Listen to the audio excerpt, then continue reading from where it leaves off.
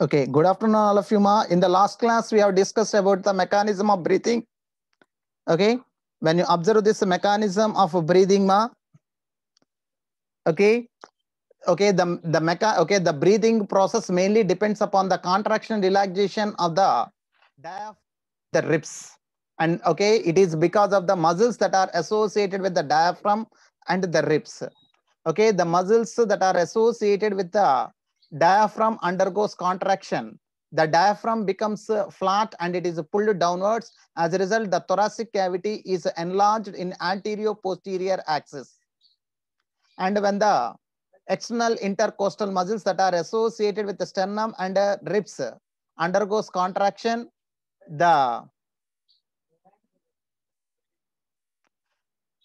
chest thoracic cavity is enlarged in a dorsoventral axis.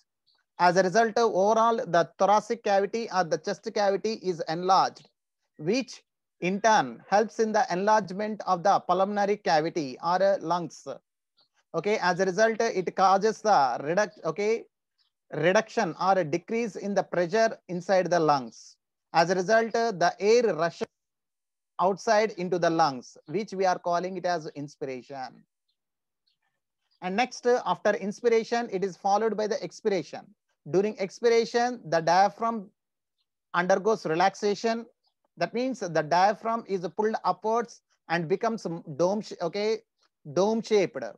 That is curved, more curved. And at the same time, the intercostal muscles also undergoes relaxation, which results in decrease in the thoracic cavity in a dorsoventral axis due to the forward, due to the backward or due to the backward movement of the ribs and sternum, which will comes to their normal position. As a result, overall the thoracic cavity is decreased, which will exert some pressure on the pulmonary cavity or that lungs. As a result, the pressure inside the lungs is increased, which will helps in rushing the air outside of the lungs to the air. And this is what we call it as expiration. Okay, the volume of the air that is undergone inspiration and expiration can be calculated by using an instrument called spirometer. And this spirometer is used to estimate the amount of air that is inhaled and expired, which will helps in determining the respiration rate and also any disorders that are related to respiration. Okay, the rate of respiration for a normal healthy person is around 12 to 16 times in a minute, the breathing rate. And next, how the volume of the respiration is calculated means, okay, we can determine by using certain mechanisms. That is they are described under the respiratory volumes and capacities. Under the heading respiratory volume capacities, we can able to estimate the volume of the air, okay, that is inhaled or expired. Okay, in that the first one, that is the tidal volume, which is represented by TV. Okay, what is meant by tidal volume means volume of air inspired or expired during a normal respiration. Okay, how much amount of air will inspire? The same amount of air is expired. But how much amount of air that is inspired depends upon the condition of the human. Okay, under normal conditions or under normal respiration, okay, whatever the volume of the air that is inspired or expired, and that okay, and this we call it as a tidal volume. We call it tidal volume. It is approximately 500 ml.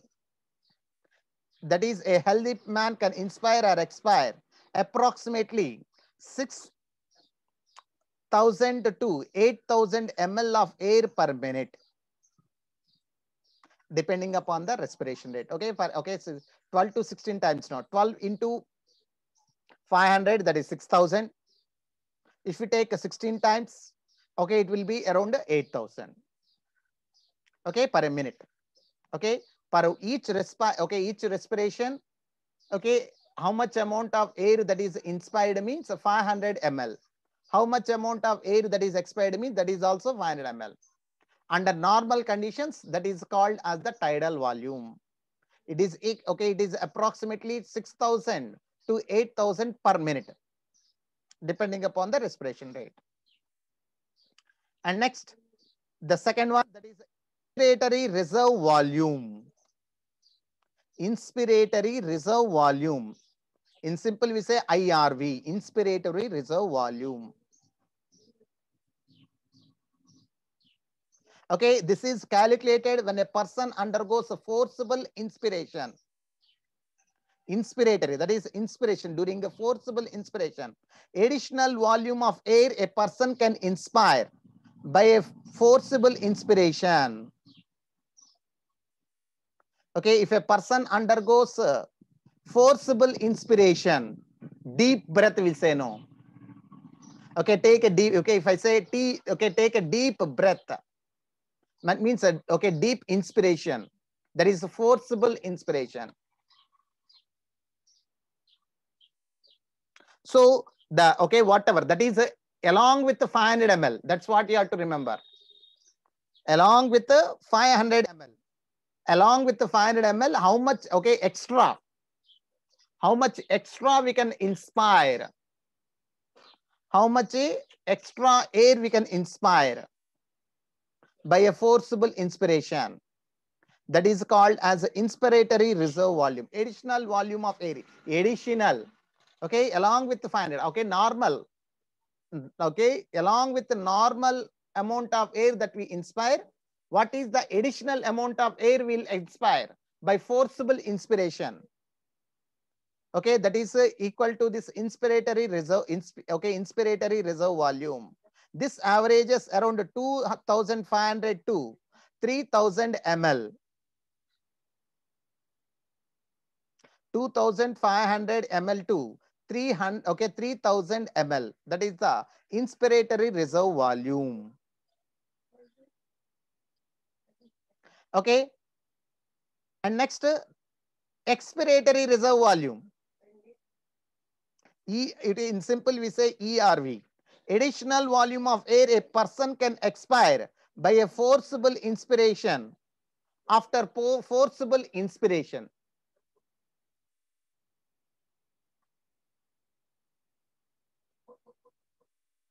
Okay, after forcible inspiration, how much amount of air will expire forcibly?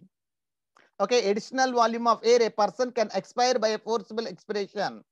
That is called as expiratory reserve volume. This averages the 1,000 ml to 1,100 ml. 1,000 ml.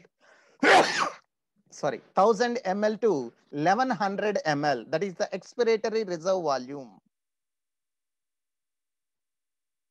Okay. And next, the residual volume, which is represented by RV.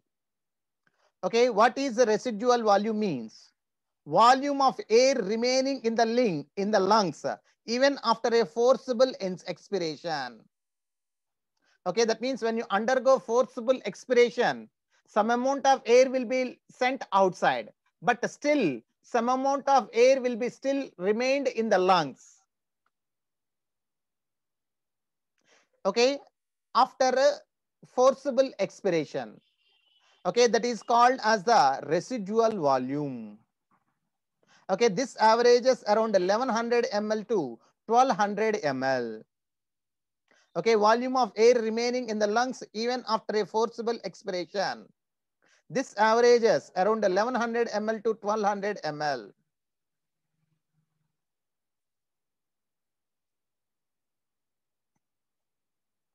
And next, okay, these are basic volumes. Tidal volume, inspiratory reserve volume, expiratory reserve volume, and a residual volume. What is the tidal volume? Okay, what is okay the amount? Okay, the volume of the air that is inspired by a normal person under normal conditions, by a healthy person under a normal conditions. That is called as a tidal volume. It is around 500 ml. Okay. And next, the inspiratory reserve volume. Okay. The volume of the air that is inhaled by forcible inspiration. Forcible inspiration. We are calling it as inspiratory reserve volume. Okay. It is around 2500 ml to 3000 ml. And expiratory reserve volume, that is the volume of the air that is expired by forcible expiration. Okay, this averages around 1000 ml to 1100 ml of air. And the next one is residual volume, the volume of the air that is remained in the lungs even after forcible expiration. That is called as a residual volume.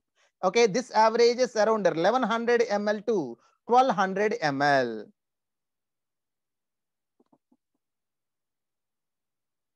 Okay, these are the basic volumes, and that is, and as okay, there are some other volumes are there called as capacities because they are formed by the combination of different volumes.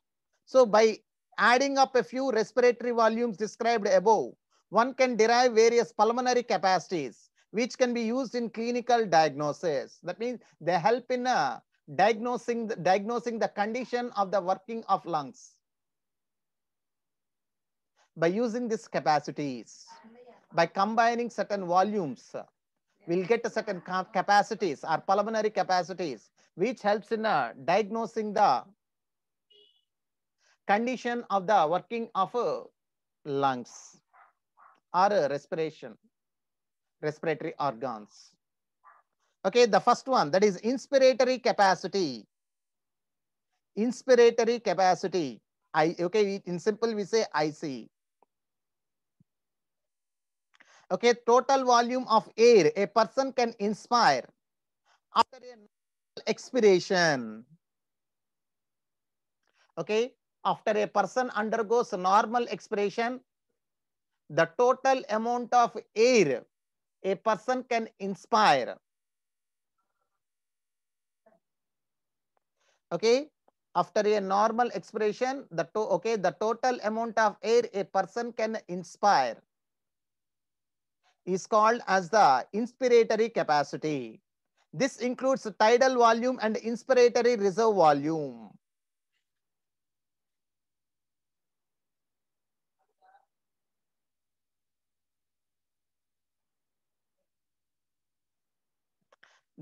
This includes tidal volume and inspiratory reserve volume, that is TV plus IRV.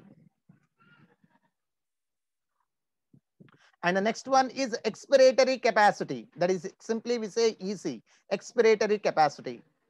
This is the total volume a person can expire after a normal inspiration. This includes tidal volume and expiratory reserve volume. Tidal volume and expiratory reserve volume.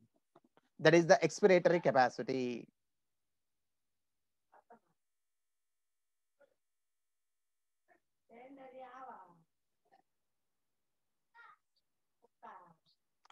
Okay. And next one, functional residual capacity. Functional residual capacity.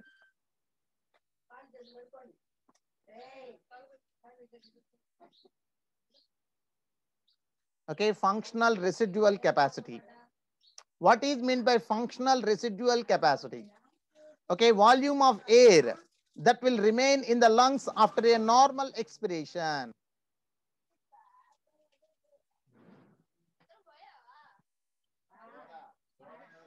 Okay, volume of air that will remain in the lungs after a normal expiration.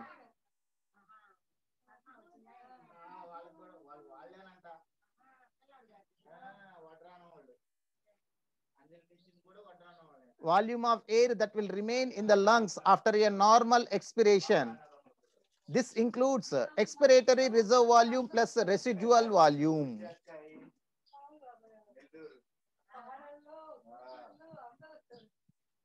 Okay, volume of air that will remain in the lungs after a normal expiration.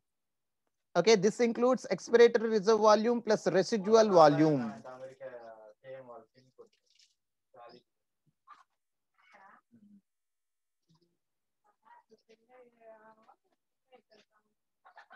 And next, that is vital capacity.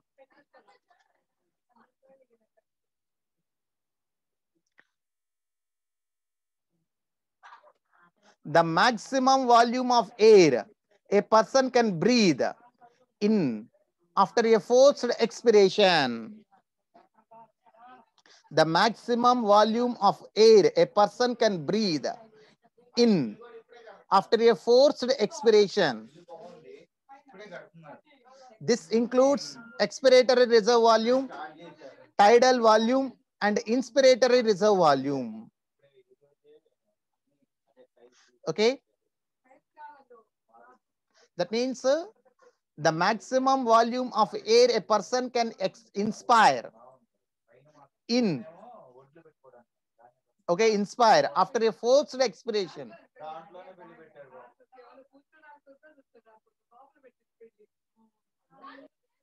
This includes expiratory reserve volume, tidal volume, and inspiratory reserve volume. Okay, that is the maximum volume of air a person can breathe out after a forced inspiration. We can also say.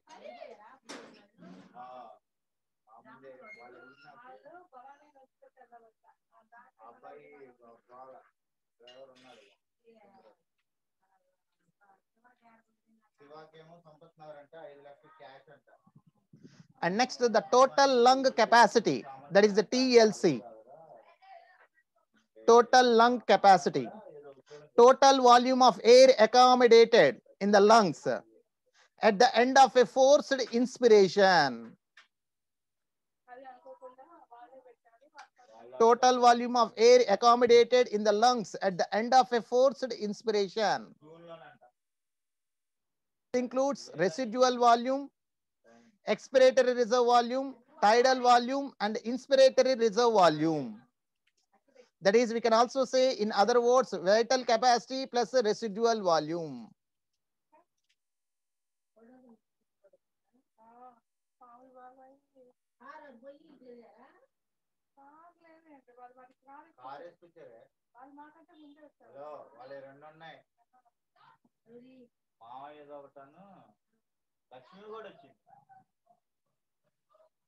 Vital capacity plus residual volume. Okay, all together will form the total lung capacity.